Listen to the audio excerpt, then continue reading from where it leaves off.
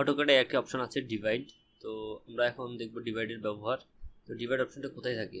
ড্রয়িংয়ে গেলে আমরা এই অপশনটা হচ্ছে ডিভাইড। তো ডিভাইডটা আমরা কীভাবে ইউজ করব আমরা এখন তা দেখব। তো কিবোর্ডে আমরা টাইপ করব ডিআইবি, এন্টার। এখন আমাকে বলছে সিলেক্ট অবজেক্ট ডিভাইড। এখন আমি কয় ভাগে ভাগ করব, অর্থাৎ আমি চাচ্ছি যে 10 ভাগে ভাগ করব। 10 এন্টার প্রেস করবে, আমার এটা 10 ভাগে ভাগ হয়ে গেছে।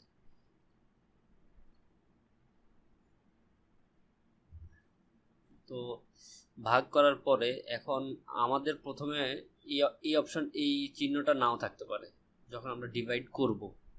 তো সেজন্য এটা চেঞ্জ করার জন্য আমরা যেটা ব্যবহার করব DDPT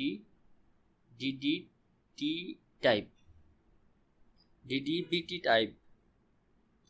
তো কিবোর্ডে যখন আমরা এটা লিখব DDP টাইপ, এখন দেখুন আমার এই অপশনগুলো চেঞ্জ করার একটা যেটা আমাদের প্রয়োজন, যেটা আমার প্রয়োজন সেটা আমি ইউজ করতে পারবো। তো এই হচ্ছে অটোক্যাডের ডিডিটি টাইপ। আর হচ্ছে আমরা অটোক্যাডে যখন জুম করব তখন হয়তো মাঝে মাঝে এটা দেখা যাচ্ছে না অথবা অনেক বড় দেখাচ্ছে। তো আমরা তখন কি করব? তখন হচ্ছে আমরা রিফ্রেশ করব। তো এন্টার প্রেস করলে রিফ্রেশটা হবে।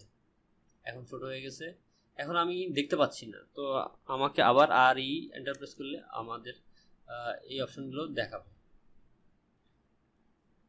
এই হচ্ছে রিফ্রেশের কাজ।